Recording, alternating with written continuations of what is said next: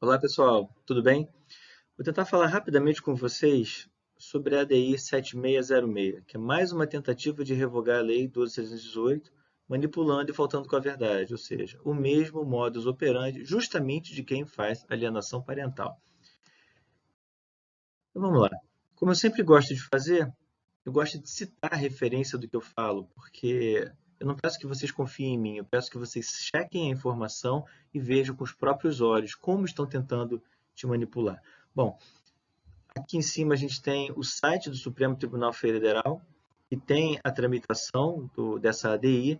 Aqui você pode acompanhar peça por peça, né, na segunda figura abaixo, e ali a gente tem a petição inicial com algumas partes grifadas que eu vou querer comentar com vocês brevemente. Bom, de início, essa é uma ação proposta pelo Partido Socialista Brasileiro. Que bola fora, em PSB? Que bola fora. Bom, talvez eles estejam sendo enganados, talvez não, mas o fato é que alguém precisa alertá-los de que essa ação não está bacana, não. Vamos lá. O que eles dizem, né? Resumindo a coisa, que precisa revogar a lei contra a alienação parental porque se trata de uma grave violação à proteção integral da criança e do adolescente. E aí eles vão dizendo, né?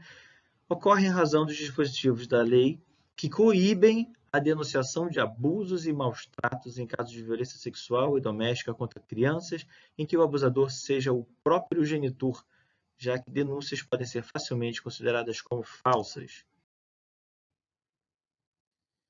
sem quaisquer elementos concretos de má-fé do denunciante, e, portanto, passíveis de enquadramento como ato de alienação parental, fomentando estereótipos de gênero. Bom, é interessante falar estereótipo de gênero, que aqui logo aparece o pai como abusador, né? Estranho. Mas tudo bem. Vamos ver isso aqui com mais detalhe. O que diz a lei? Tá? Eu adoro citar a literatura e assim, na original está aqui. Se vocês entrarem no site do Planalto, vocês vão ver a lei como está o texto na legislação atual.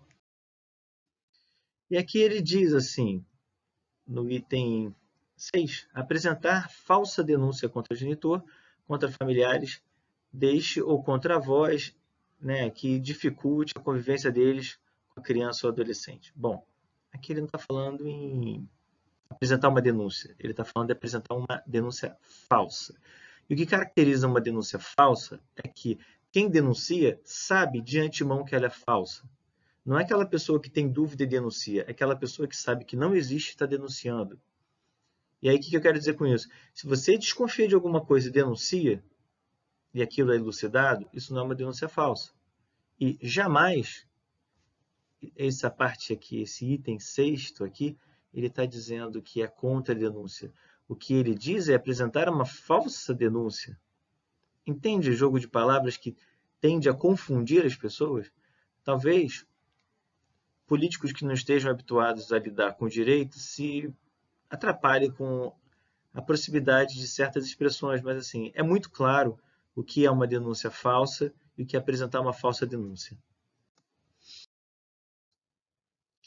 E aí ele fala dos estereótipos, né? O que sugere que essa lei teria, né, certa predileção por um gênero ou outro. E aí, para não ler a lei inteira, eu peguei nessas caixinhas aqui ao lado, vocês vão ver algumas palavras que poderiam mostrar, né, se fosse o caso, que a lei favorece um gênero ou não. Mas a verdade é que não tem nenhuma palavra mulher, mãe, genitor, homem ou pai, porque a lei não faz distinção alguma. Eu sugiro que vocês leiam a lei e tomem as suas impressões da coisa, porque o que está sendo falado ali não existe, a não ser na cabeça de pessoas, aí a gente chega, né, que querem a revogação da lei. E aí por quê? Essa é uma lei que protege crianças, porque existem pessoas que não têm interesse na proteção de crianças. Talvez porque elas próprias sejam as pessoas que causam mal à criança, é uma possibilidade, é uma hipótese, né? Bom, agora sobre ainda, né, a questão de desincentivar. Se aquilo lá, aquela denúncia for enquadrada como um ato de alienação parental, o que o juiz, dentro de uma vara de família, seguindo a lei, porque também tem isso, ele tem que seguir a lei, o juiz que não segue a lei está fazendo errado. Mas o juiz, dentro da lei, vai fazer o quê? Olha aqui, está aqui, artigo 6º. Primeiro, ele declara a ocorrência de alienação parental e adverte o alienador. Se isso continuar, ele vem e amplia o regime de convivência familiar em favor do genitor alienado. Por quê? Para reparar o mal que foi criado, já que declarou o ato e ele continua. Ainda assim, o juiz pode estipular multa. Claro, se você está fazendo uma coisa errada e você tem multa se fizer aquela coisa, você tende a não fazê-la mais, certo? Quem aqui avança sinal de propósito? Se avançar o sinal, tem multa. E as pessoas, de maneira geral, não gostam de pagar multa. Determinar acompanhamento psicológico e biopsicossocial. Qual é o mal disso? Na verdade, isso é muito bom. A criança que passa por um processo de separação dos pais com litígio, é quase mandatório que ela tenha um acompanhamento biopsicossocial. Essa criança sofre. Determinar a alteração da guarda para guarda compartilhada e ou sua inversão. E aí, de novo, o que a gente tem aqui é uma medida reparadora. Se tem um genitor fazendo mal para a criança, então você começa a deixar essa criança mais tempo com o outro que não faz mal. É errado isso?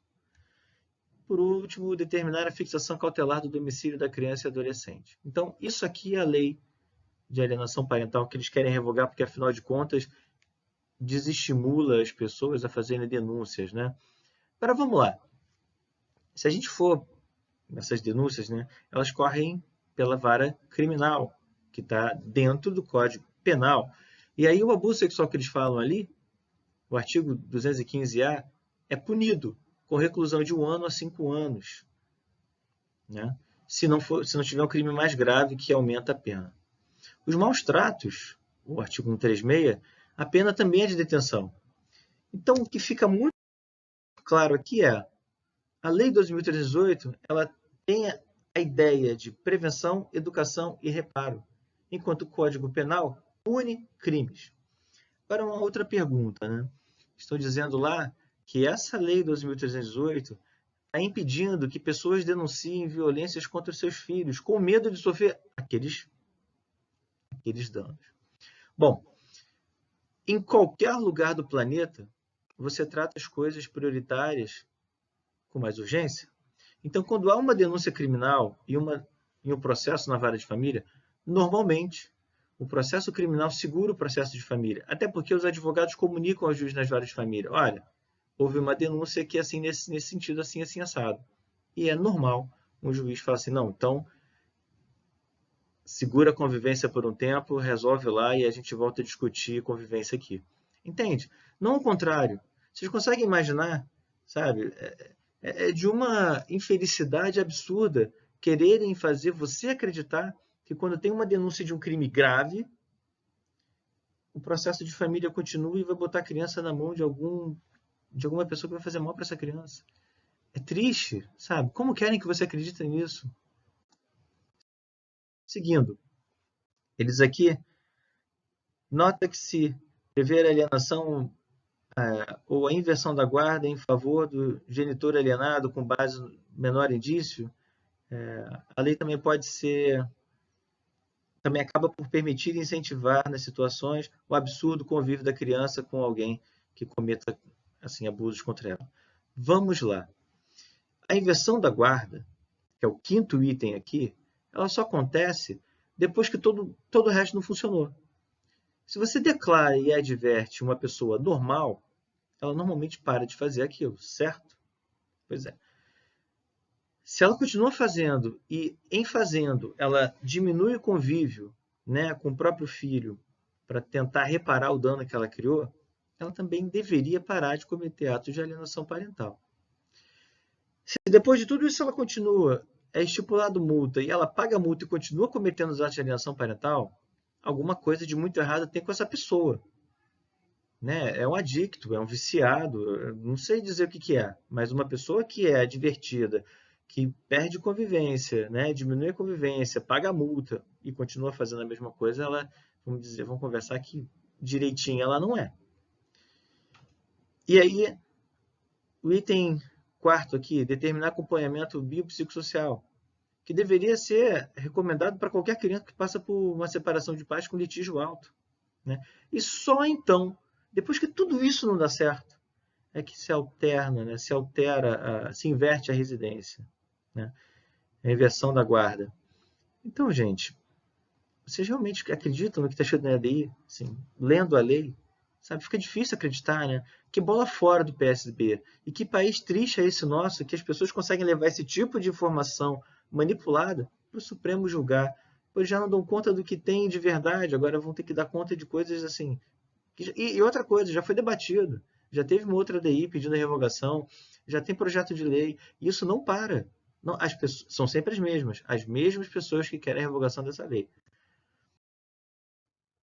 Bom, ele segue lá dizendo que o Conselho Nacional de Justiça, no protocolo para julgamento com perspectiva de gênero, já lançam olhos para a questão, reconhecendo que as alegações de alienação parental são frequentemente utilizadas por homens para encobrir abusos e violências domésticas, especialmente contra a mulher. Bem, como eu disse, a lei não tem gênero. A lei não fala de homem ou mulher, masculino ou feminino, pai ou mãe.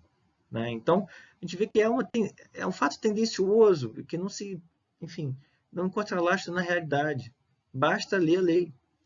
E por fim, né, já tem 10 minutos, o Supremo, aliás, o Conselho Nacional de Justiça aprovou um protocolo de escuta especializado em processo de alienação parental. Então vejam, o que fica claro aqui é que talvez a justiça não esteja seguindo a lei como é para seguir. Porque a lei é clara, a lei é para proteger criança, a lei não é para pai nem para mãe. E existem pessoas querendo revogar, dizendo barbaridades. Se essas barbaridades acontecem, se algum juiz de sã consciência tira o filho de qualquer pessoa por conta de uma alienação parental e entrega na mão de uma pessoa que está respondendo um processo criminal, esse juiz está muito errado, não é assim que é para fazer. E se está lá na petição inicial que esses casos acontecem, por favor, PSB, denuncie esses juízes.